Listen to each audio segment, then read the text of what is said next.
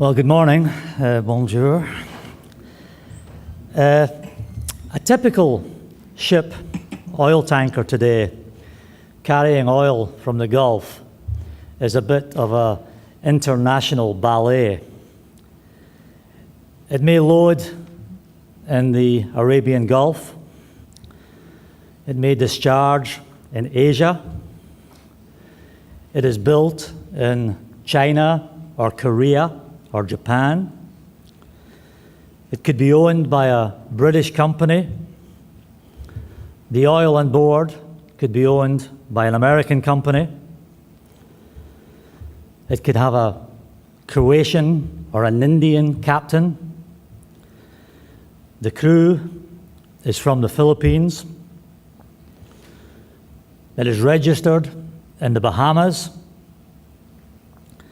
The mortgage may be held by a company in Singapore.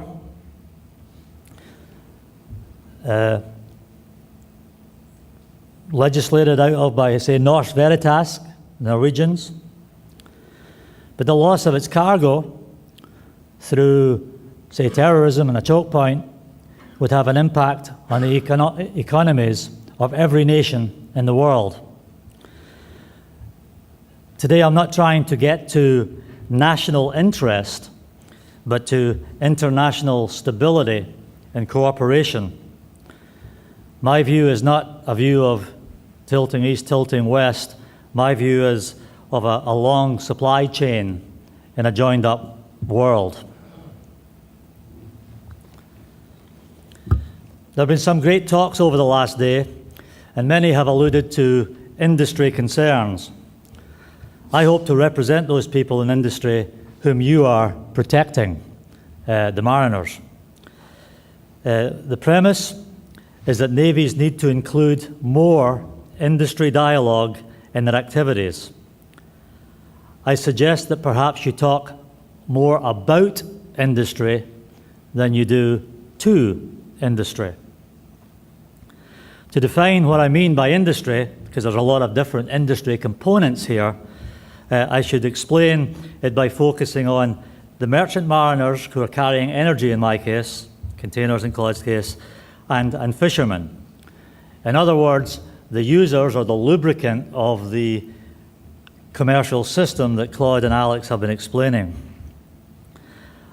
I want to promote a military merchant partnership that protects our mariners and keeps the sea routes moving. To do this, we must build trust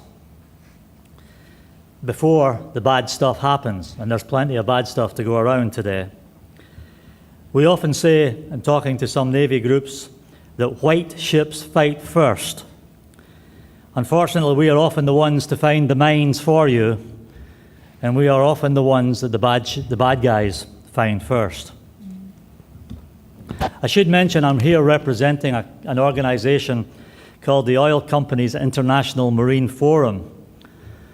We're a group of 94 energy companies, all represented, by the way, in the countries around in this room.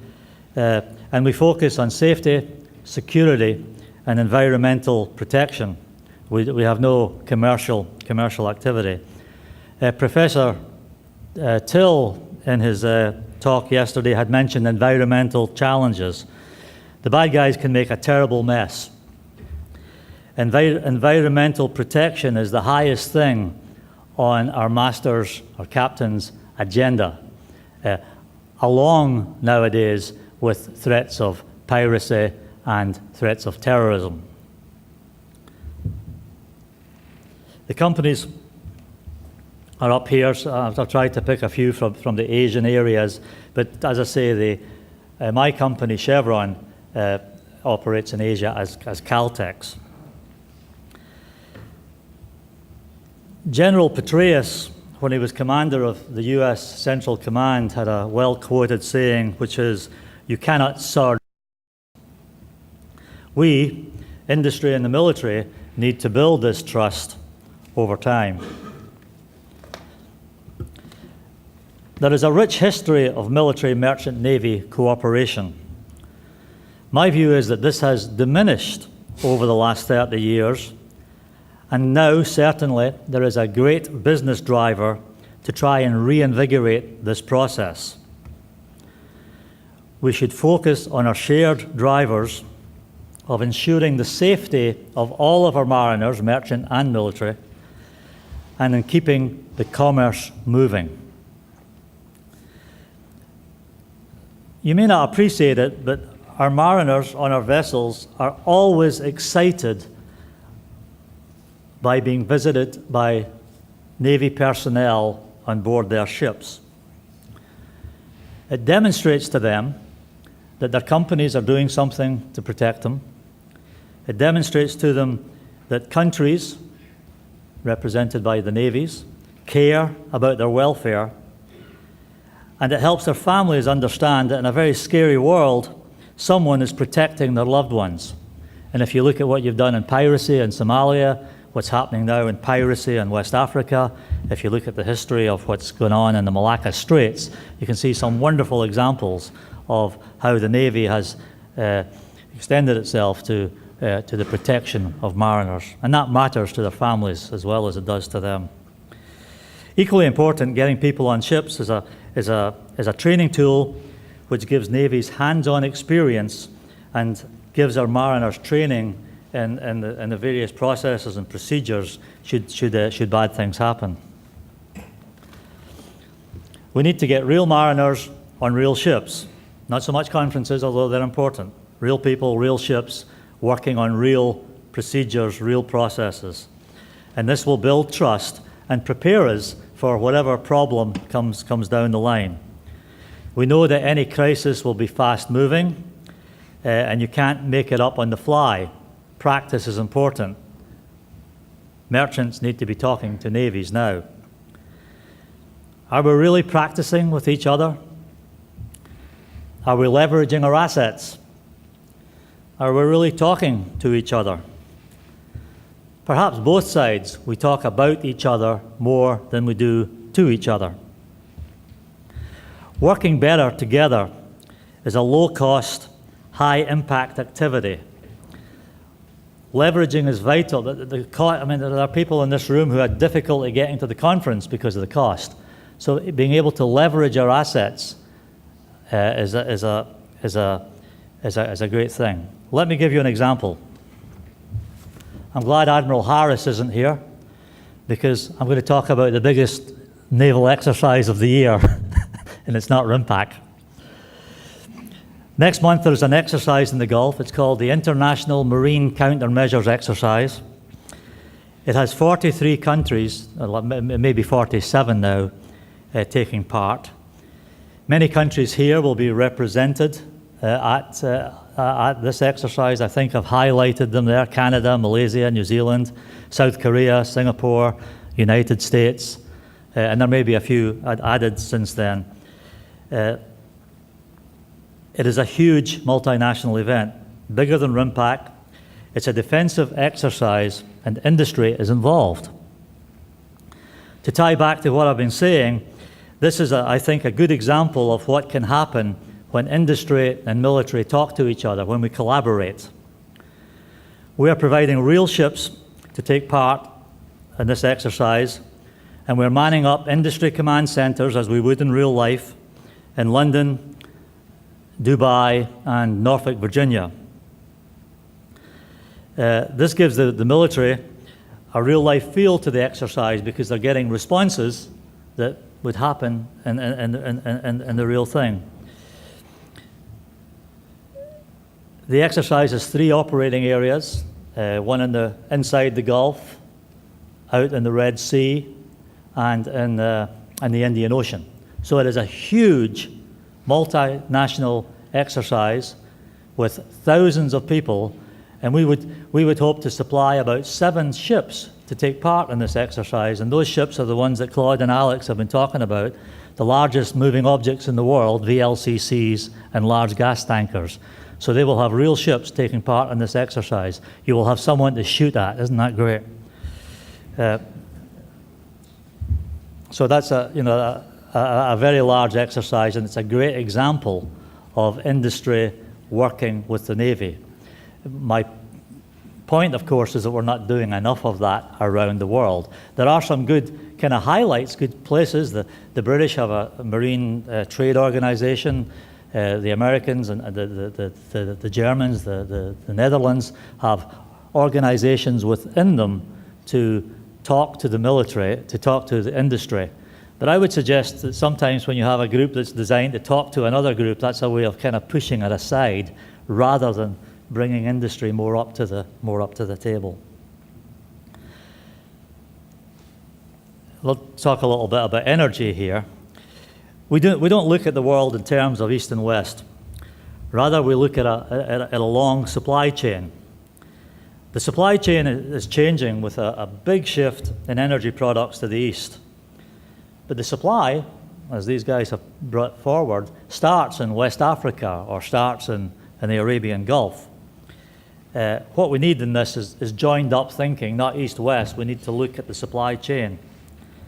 Industry started tilting to the east, to use your expression, years ago.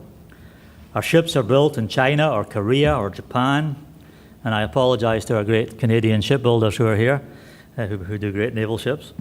Our crews are from the Philippines, China, or Eastern Europe. The growing markets are in Asia. And so we must look to the future, not to the past. And the economic growth, the future trend, it'll go up and down with various price shocks and economic shocks, but the unquestionable trend, as has been demonstrated this morning, is for greater interdependence with Asia. So it's no wonder that we in industry want to talk to you, and it's no wonder that we want to focus on our international supply chain. Alex, I like to call this two Alexes is confusing. I'm the young Alex, and he's Alex the economist. Apropos to what he was saying, to this eastward tilt, we should mention always briefly, because it's in the news so much, are these massive changes in the US and Canadian oil markets. In the last 5 years, US imports have declined 25%, which is a good thing. But those barrels did not disappear. They went to Asia, most of them coming, by the way, from West Africa. So there's a new kind of large trade route developing there. So our energy is tilting to the east. Our companies have already tilted to the east. Our economies are more independent than ever in the east. And I think what the military is doing with what you're talking about today, what Admiral Harris was talking about last night, is reacting to these realities. And if they look at the supply chain, they will see a more joined-up world. And if our political leaders can get it right, there's a lot to be optimistic about. There's a lot to suggest that it could be peaceful and prosperous. To do that, of course, we're a liberal democracy. To do that, we've got to be frank with each other. The Chinese, the Americans, to name the biggest players, have got to get serious, and they've got to be talking, and they've got to be confronting the differences and trying to address them rather than glossing them over. I won't dwell on this slide, but General Leaf commented yesterday that he was sitting on some beach in Indonesia and he saw all these ships go by, and it was an epiphany, I think it was the word he used for him. The Malacca Straits, on Alex's chart, there are 15 million barrels a day of energy goes through the Malacca Straits, and there are about 60,000 ships a year.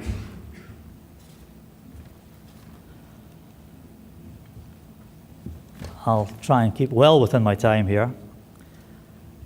Our mariners, the people on our ships, respect you and desperately need what you do.